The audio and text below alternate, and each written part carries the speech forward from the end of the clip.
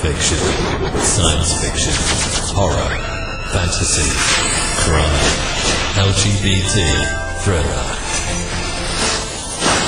You have now entered the House of Mystery with your hosts, Eric Shapiro, David North Martino, John Copenhaver, and Al Warren. Heard on KCAA 106.5 FM Los Angeles, 102.3 FM Riverside, and 105.0 AM Palm Springs. Welcome back into the House of Mystery. I'm Al Warren. Mr. Dave Martino is back on the chair. I'm back here. Yes. Yeah. Chained to the chair. Chained to the chair. Crazy dog. Anyway, so now it's another all important show. It's a great show, actually. We've got another returning guest, and it's true crime or kind of mafiosa. It's just everything, biography. So let's bring in Matt Birkbeck. Thank you for being here. It's my pleasure. Thanks for having me on. So now your book, The Life We Choose. How did you get connected with him? I got an email out of the blue in August of 2020 asking if I was interested in speaking to Billy. When I was a newspaper reporter, I had covered Billy in the early 2000s when he had gotten arrested. Billy had been the head of the Buffalino crime family that was based in northeastern Pennsylvania, but whose tentacles had stretched throughout the country. And he had been the head of the family since 94. But what's really unique and interesting about Billy is that he was the protege and so-called son of Russell Buffalino, who was arguably the most important and influential organized crime figure in the 20th century. So when Billy got arrested in 2006 on a money laundering charge, every law enforcement agency had wanted to talk to him. Homeland Security, Secret Service, New York City Terrorism Task Force, and the FBI. The FBI especially wanted to talk to him about Hoffa, Jimmy Hoffa, the disappearance of Hoffa, because Russell Buffalino had been one of the lead suspects. And Billy didn't speak to anyone. He refused to. So when I get this email, it's one of those moments where you're looking at it and you're not really sure it's true, but your jaw drops because you know how important he is. And I answered the email, and then Billy and I are meeting 2 weeks later, and before you know it, we're working on a book together. That's crazy, because again, yeah, it's weird when you get an email from someone or someplace all of a sudden out of the blue, and you're like, what? Is this real? And it turns out to be real. It's almost, do you ever wonder why did he pick you? I guess I wrote a book in 2013 on Buffalino called The Quiet Don, and it was about the Buffalinos, only it was based mostly on documentation, FBI reports, old news clips, and interviews with some like second and third hand people.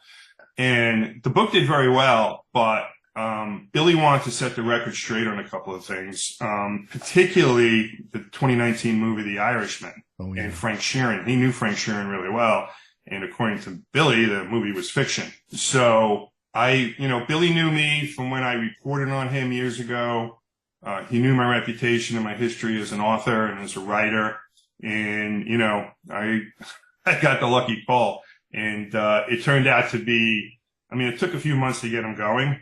But once he did, we spoke for well over a year and a half, 2 years. And it was just incredible. Yeah, because you have to get over the idea, in the sense of when he's contacting you and he wants to get the record straight in his mind or what his point is, but you also as a writer want to make sure it's the truth or accurate, but you don't want to offend him. You want to make sure the overall book comes out realistic. So how do you draw that line, or how do you decide what he says or what information he gives you you're going to actually use? Luckily for me, we did dozens of interviews, and everything, we checked out what we could. I had a research assistant work with me on this one, and historical subjects. For instance, let's say Jimmy Hoffa. Billy would talked to us about when he met Hoffa, where he met Hoffa, his relationship with Russell. He also told, he would give us some events that occurred, and we go back and we check it out, and it was true. That's a really good question, because had I only interviewed him for a week or two, then I'd probably, be a little bit leery about everything he's telling me. Yeah. I mean, I've known the man for almost 3 years now, and I'm going to tell you, I didn't find one instance where he lied to me or tried to, kind of get me to go off what he was telling me, or told me a version of things that wasn't correct. He was the one thing about Bill, he was open and he was honest. Some stuff even pained him to admit to, particularly when it came to Russell Buffalino, because he loved Russell. But I was really comfortable with, we even spoke to, plus Billy had documents. He had documents that Frank Sheeran had given to him, who had claimed to kill Hoffa. And, one of those documents included a letter he wrote to Hoffa's daughter, Barbara Crancer. And we called Barbara and we spoke to her about the letter, and she verified everything. So, I was very, very comfortable with what Billy told me. It is his story. My job was to basically interview the guy as much as I could and get as much as I can. And it's pretty wild. But then what I really had to do, which is really what I got to do when I write these books, is come up with a really interesting and complex story, a really good way to tell it.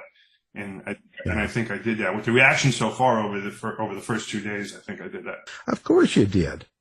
It's really complex and really interesting, because he's so involved in the community and so many different aspects, like you were mentioning, from celebrities like Michael Jackson and Suge Knight to Marlon Brando and stuff too. So, so it really kind of involves a lot of people in popular media as well. So do you find that you have to kind of be careful how they're connected with them and how you write them?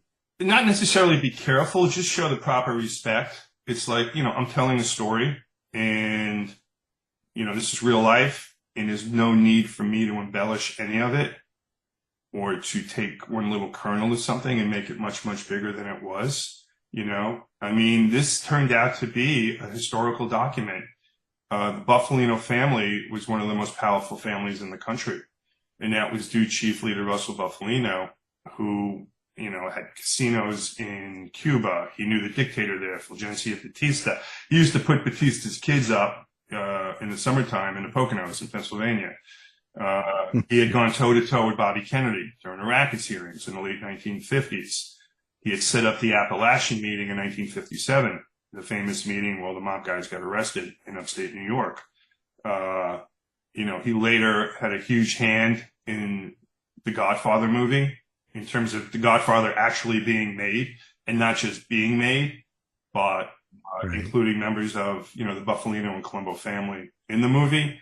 And then, of course, there's politics, there's entertainment, and then there's Jimmy Hoffa. And, Buffalino's power and strength and influence came from his association with the Teamsters Union. And, in the 1940s, he had placed his cousin William there, who was an attorney with Jimmy Hoffa, who had a local there in Detroit. And it was a masterstroke, because William Buffalino became their general counsel when the Teamsters became a powerhouse in the 50s. And Russell had huge influence in Teamsters matters, and also had control over the Central States pension funds. So he's getting loans out for casinos, hotels, all kinds of construction projects. So he was an immensely, immensely powerful individual, and Billy's by his side for 28 years, as his, Russell and his wife didn't have any children. So they sort of adopted Billy. Russell loved Billy and Billy loved Russell, and they were together at the hip. Even when Russell was in prison, it was Billy who was running the family. And, his introduction to Russell Buffalino opened this incredible world to him, and which is reflected in the book. So now he didn't like The Irishman. He didn't like that portrayal. He thought it was, false and all that stuff. So what happened to Jimmy Hoffa? Is he coming back with JFK Jr. or something? Are we going to see him? Normally I would say read the book, but I know this is too big to let go. without some kind of a comment. So, as Billy said, we did do some interviews, some national interviews over the weekend. And I think Billy's words were he was cooked, meaning he had been killed and then incinerated almost immediately. And, Billy discloses a meeting, a very important meeting that takes place a couple of days after Hoffa disappears, or maybe a week or so. And it's a meeting in New York that Buffalino tells Billy, come on, we're going to New York. Russell spent half his time in New York, and they went to go meet with two major crime figures there, Tony Provenzano and Anthony Salerno, both members of the Genovese family, and Frank Sheeran.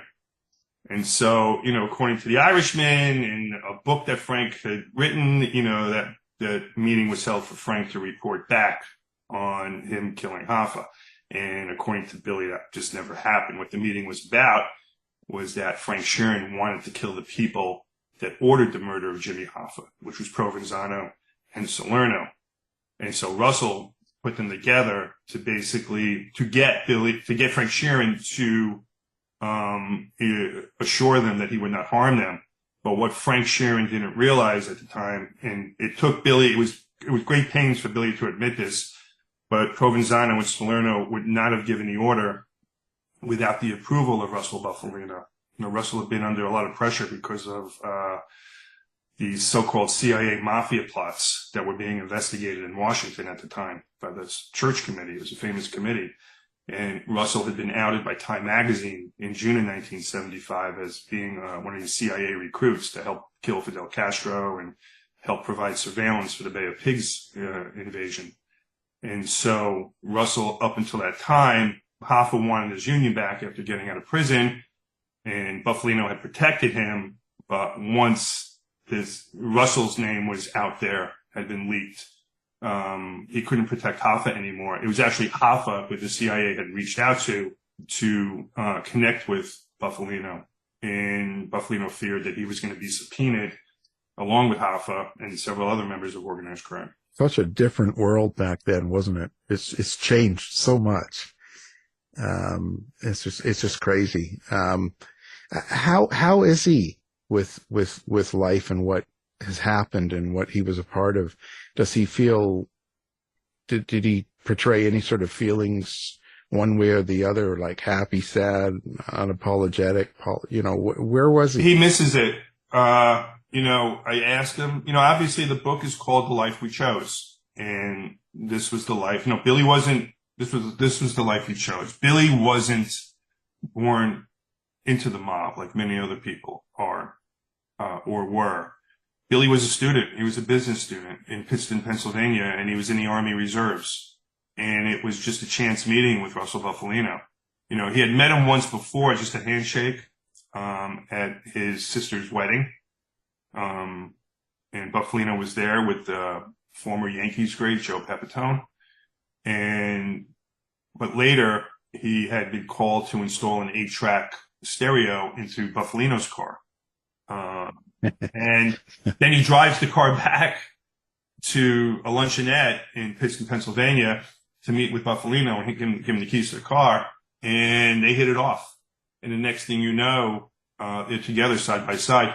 Billy had a very difficult relationship with his own father, as when you read the book and one of the opening chapters, you'll see why.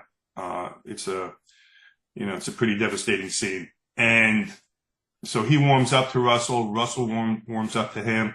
And so the book is really, despite everything that's going on and all the people that you meet, it's really at its core a father and son story, with an organized crime background. But, it's very intimate in terms of their relationship and how much they really cared for each other. It's also really interesting how Russell had tested him over the first few years just to see how loyal he would be. And Billy passed the test with flying colors. Was there something that he told you that you weren't expecting? Was there any sort of surprise in your interviewing with him? Yeah, Donald Trump, for one. He crossed paths with Trump on a number of occasions. Michael Jackson, which was included in one of the Trump stories. I can actually share this one. Billy managed Michael Jackson. And so at least he mentioned that to me, and I didn't believe it at first. And I said, well, how did that come about? And so he said, so this is the late 1980s. Russell Buffalino's in prison now, and Billy is now the de facto head of the Buffalino family. And keep in mind, even though they're based in Pennsylvania, they're incredibly powerful. And they spend a lot of time in New York, in Philadelphia, in Los Angeles, in Kansas City.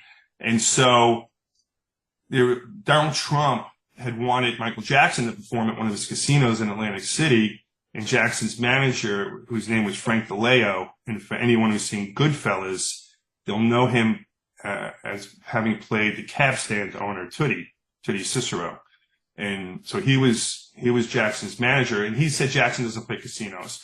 So Trump, not wanting to take no, he goes and employs two heavyweight gangsters from the West Coast, from LA, and offers them $1 million if they can convince Jackson's manager to let him perform. Well, their convincing is basically threatening him and saying, you're now going to take over Jackson's contract.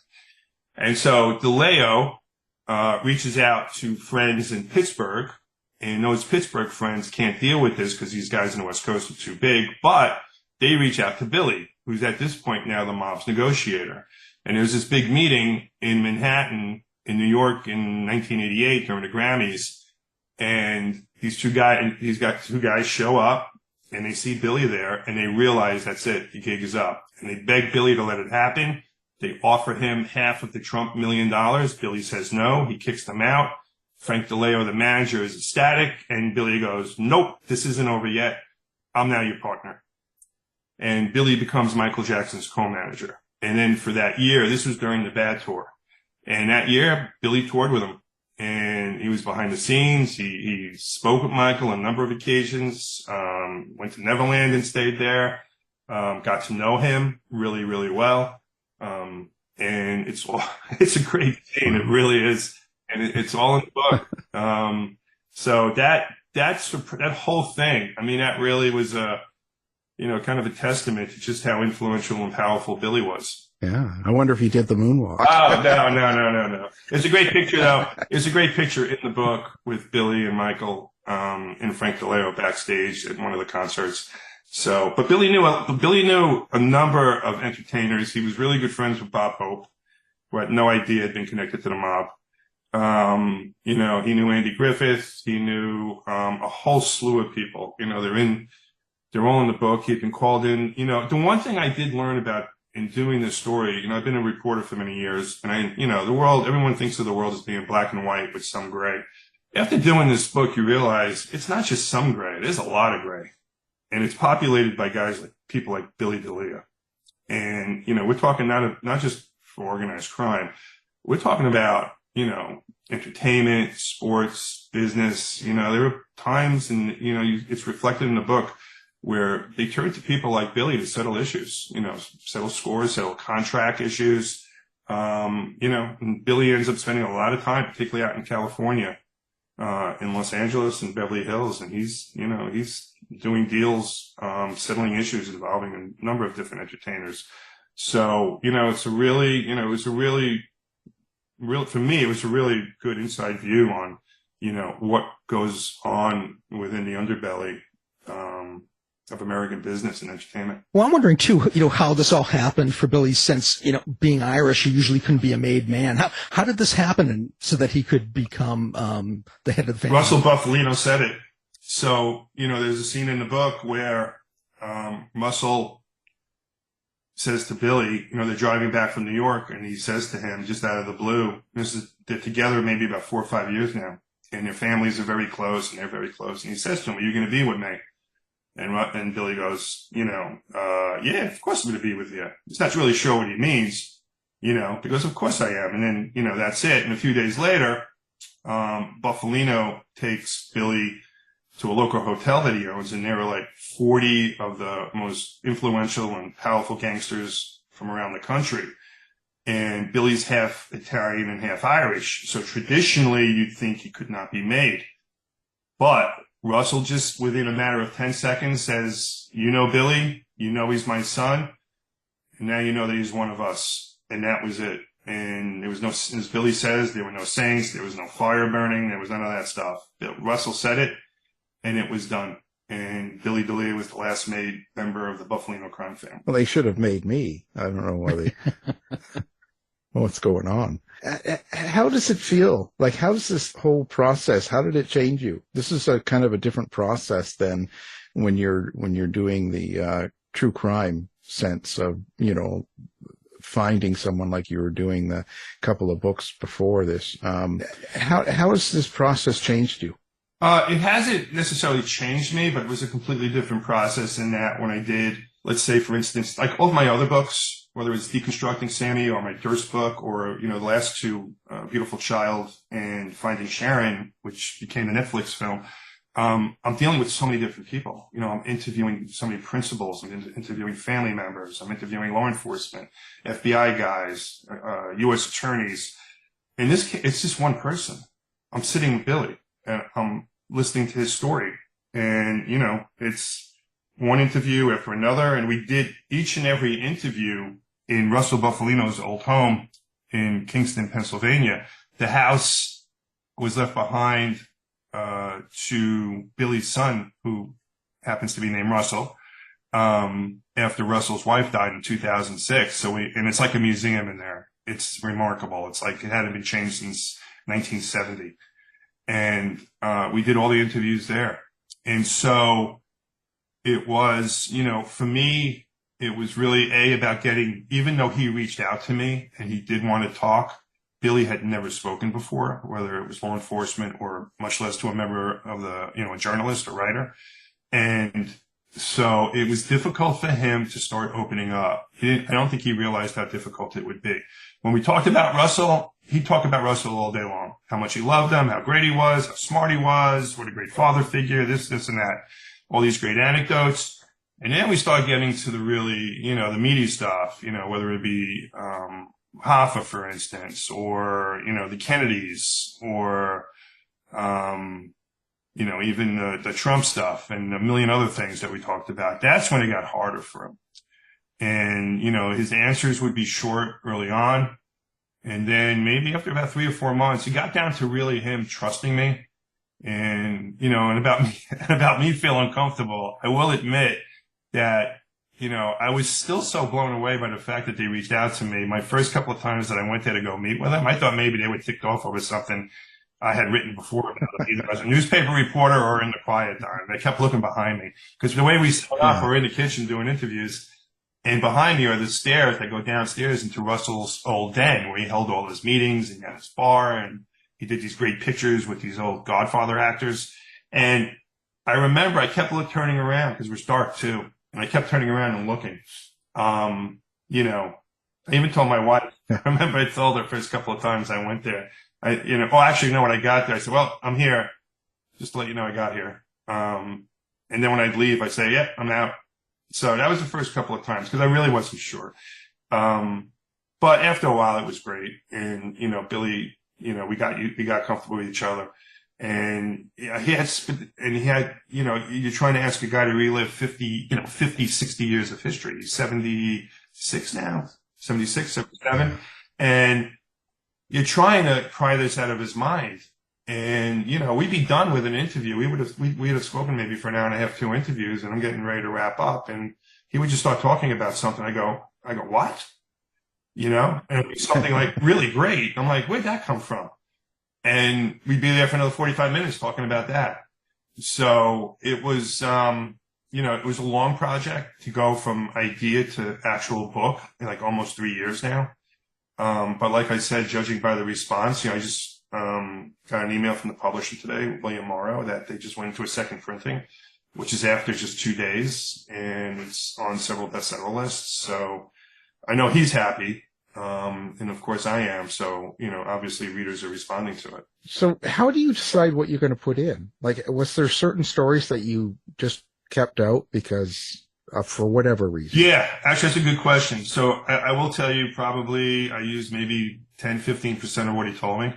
I took the real media, obviously I had to use the really big stuff. You know, the Hoffa stuff, some of the Kennedy stuff, Cuba, of obviously the Trump stuff. I mean, it's like 4 or 5 Yeah. like 4 or 5 Trump scenes in there. I mean, he's meeting with Trump when he's actually the head of the Buffalino family, and they can't come to a deal. They're talking about a couple of deals in the 1990s, and they can't come to agreement because Trump's just too greedy. And then there's this infamous story about the coin toss where Trump owed these 2 developers some money, and like $7 million, and he didn't want to pay it. He wanted to pay him 6. And so they end up flipping a coin for it. And of course, Trump wins. So he takes the $1 million off of it. But, I think I used maybe 85%. No, I didn't use, I used 15% of what he told me because, again, I'm telling a story here. This is, think of it as a 2-hour movie. I'm telling a story, and it has to be cohesive, it has to be interesting, it has to remain complex. And I don't want to repeat anything. It's like there was so many examples of Billy, let's say later in his career, being the mob negotiator and intervening in one thing after another. And it's like, these are all great stories, but I don't think people are going to want to read about him in 10 different situations. So I picked out some really good ones. And, you see Billy in action. And you'll recognize, most people will recognize some of the names that he dealt with. Some of them are really big names. And, so I did that, and then you also had to keep the story on pace. So you have to pick and choose, where you're going to start, where you're going to end each chapter, or basically for the book, how you're going to begin it, what's the middle and what's the end. And, in this case, to show why he became so close to Russell, there's an example, very, very early on in the book about a very tragic event that occurred with a pet that Billy had, which appears to be, a scene that many readers are reacting to. So that's it. I mean, I think the drill too. I mean, you basically think about it in your head, how you're going to tell this story. And, the chore for me was to go through these, thousands of pages of interviews and then just, pick and choose the best anecdotes and, try to turn it into something very readable. How was your opinion changed of him after doing this and spending all this time with him for what it was at the beginning, or even before you had actually met him, to now, that you know him quite a bit better and spent so much time? I guess that's personal, but has your opinion changed drastically? Yeah, because, when you cover him, I didn't know the man. And listen, Billy didn't hide from the fact that he was a criminal, that he's a convicted felon, that he was not just a member of organized crime, but a very, very high-ranking member of organized crime. He headed a crime family. When he was arrested in 2006, his house was raided, and I think he had every law enforcement agency in the nation there in front of his house. They even had a Chinook helicopter flying above. So we did not try to paint a pretty picture about that. I mean, Billy is who he is. Right. He's a member of organized crime. He had been a member of organized crime for many, many, many years, and he didn't shy away from any of that. He took ownership for his life and what he did, and the life that he led, and, brought a lot of pain to his family, especially to his wife, who's in the book, who's a remarkable woman. Billy's got 3 kids, and they're all very successful in terms of one's a lawyer, one's an attorney, one is in the school system up there, and another one's a business executive for a major healthcare company. So, but that said, even though I went into this not knowing him, and, there was also very little written about Billy. I mean, what was the Buffalino family? It's, aside from my book, you go online, whatever, Wikipedia or anything else like that, there's not a lot on Billy, which is, to me, remarkable. But of course, when you spend 3 years with someone and you're talking like that, and, you get to like somebody, and, and you understand their motivations and why they got involved in something. And, the one thing we did not discuss a lot was violence. I don't think Billy was necessarily what you'd call a heavy guy, like a leg breaker or anything like that. He was more like Russell. He was more like the negotiator, the fixer. But there are scenes in the book where, you see where if you go against him in any way or you cross him, you're going to have to deal with some things. So, we still talk. I mean, we talk and we're going to continue to talk. I just spoke to him again this morning. So, he lives a quiet life now, with his wife. He's got grandkids and, I don't think he expected this book project to be what it's become, in the fact that he actually opened up and told this remarkable story. But now that it's actually happened, we went through our process together, and now that the book is out, it's actually happened, and it's getting the kind of reaction that it's gotten so far. I think he's enjoying it. Well, that's good. I mean, it's sounds like it turned out good.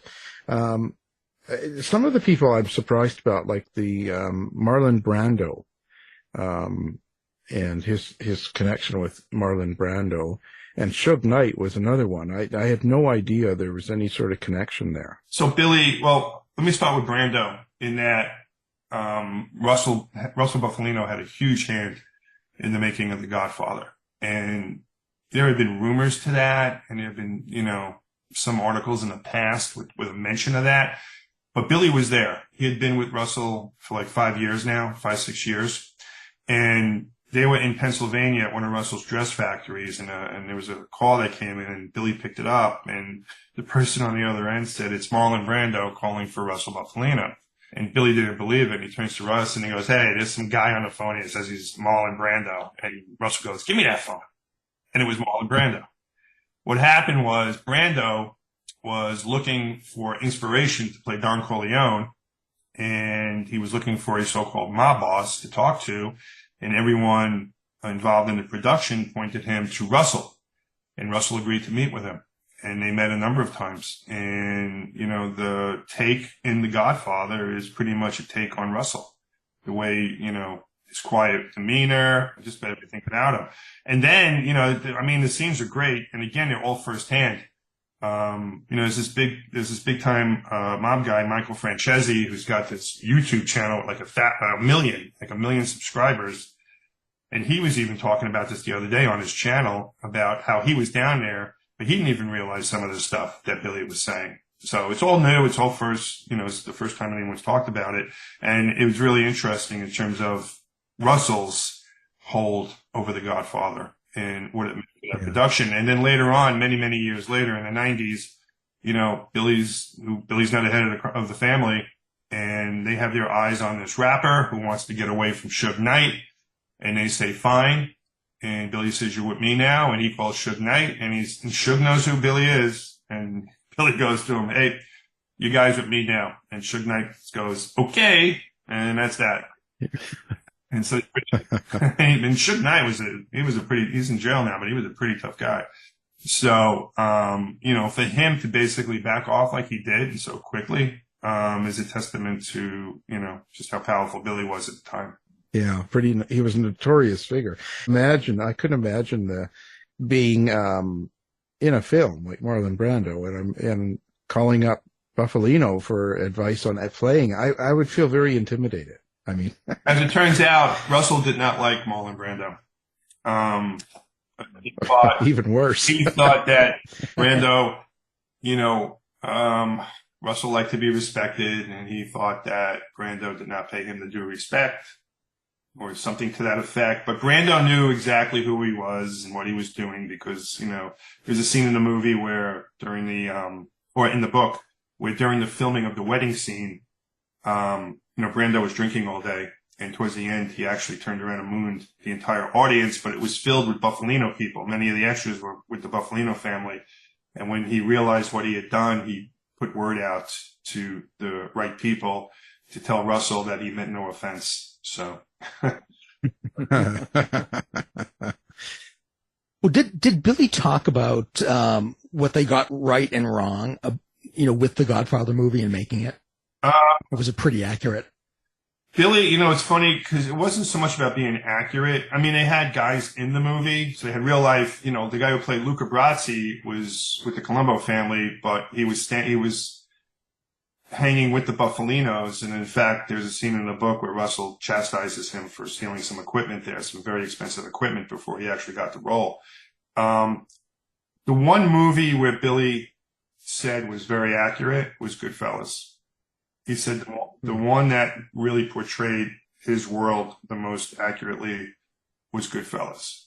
But keep in mind, Goodfellas, which was a great film, just like The Sopranos was a great series, they were basically focused on family members in a very particular locale in the country. Whether it was in Goodfellas, it was New York, or if it was in The Sopranos, it was New Jersey and New York, where the Buffalinos, even though they were based in Pennsylvania as well as New York City, as I mentioned earlier, Russell was nationwide. He was coast to coast. He was everywhere.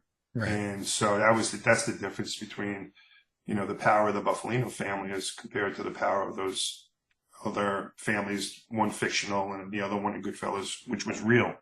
But, Billy knew many of these people. He knew guys like John Gotti. He did business with John Gotti.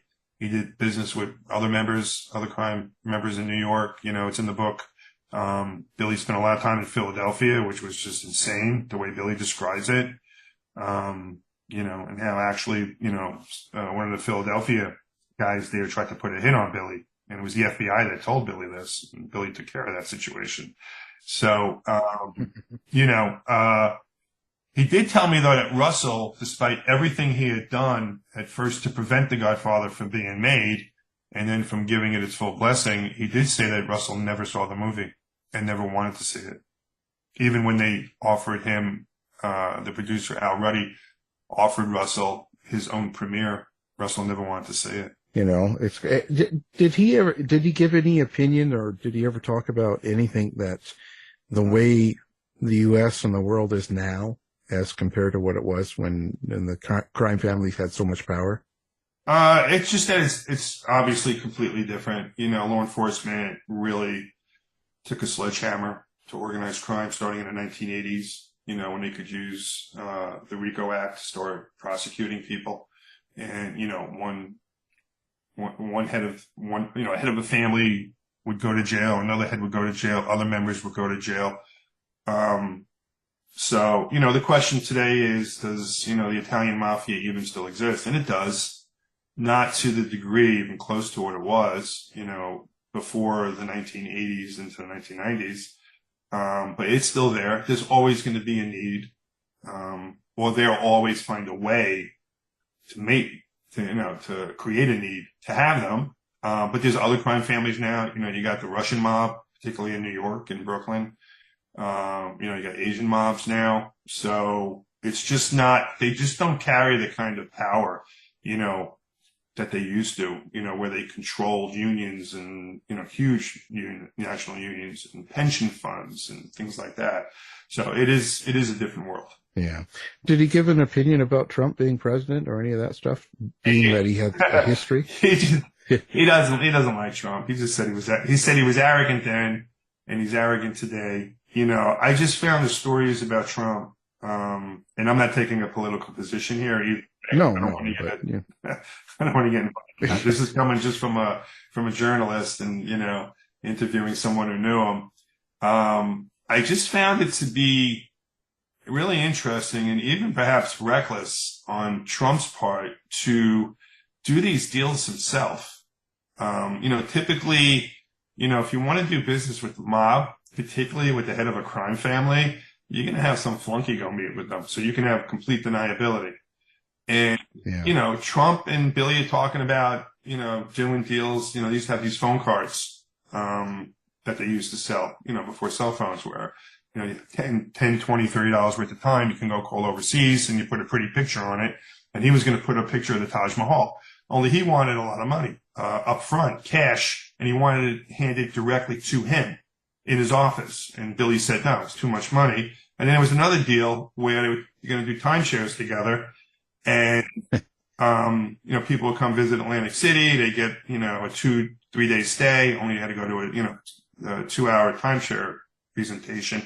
And at these presentations, you get gifts. And one of the gifts Trump wanted to give was a copy of his book, The Art of the Deal. And only Billy had to buy the books. He would have had to buy 5,000 to 10,000 copies, which would have cost him six figures. And Billy said, no, I'm not fronting that kind of money. But Billy also realized that had he bought those books, this is how Trump operated. Trump's book would rise.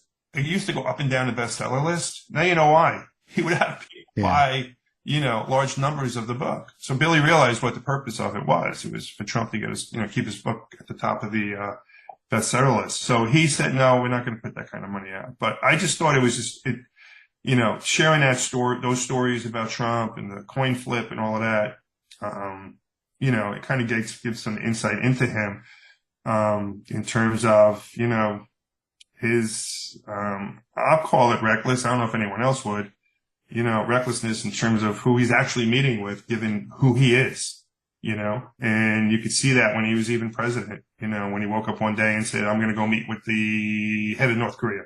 And everyone's going, what? Well, I think you could put the two together in that, he just shoots from the hip. Yeah, for sure. Well, that's really interesting. Well, let's give out your contact information, social media, website. Where do people find you? So website's, www.mattbirkbeck.com. Instagram is matt.birkbeck.author. And if you want to email me, it's birkbeck.matt@gmail.com. Yeah. Any other gangsters or anybody out there that wants to get a hold of you? There you go. Well, we'll have all that up on the website, of course, and stuff like that, so people can find it easily. And how was it? You must have been interviewing over the COVID somewhat. How was that? It was, we were fine. I mean, we started, COVID hit in March of 2020.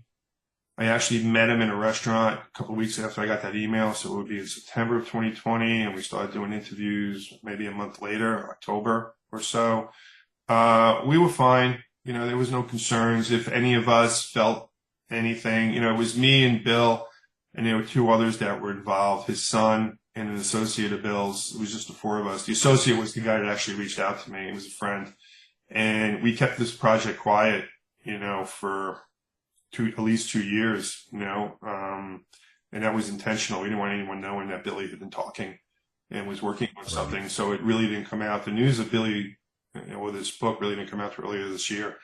And it was fine. We didn't have any issues. What's actually funny, that's not funny, but interesting, is that, a couple of us, not me, but we did come down with COVID, but it was long after we finished all the interviews. So that's how it goes. First time back in Seattle, I got COVID. So, yeah. Well, it's been a pleasure. Again, the book, The Life We Choose, and our guest is the author, Matt Birkbeck. Thank you for being here. Thanks for having me. Thanks, Matt. You've been listening to the House of Mystery radio show. To find out more about our guests, hosts, or shows, go to www.houseofmystery.com. Show's over for now. Was it as good for you as it was for me? Yeah. Good night. This has been a production of Something Weird Media. I'll be back.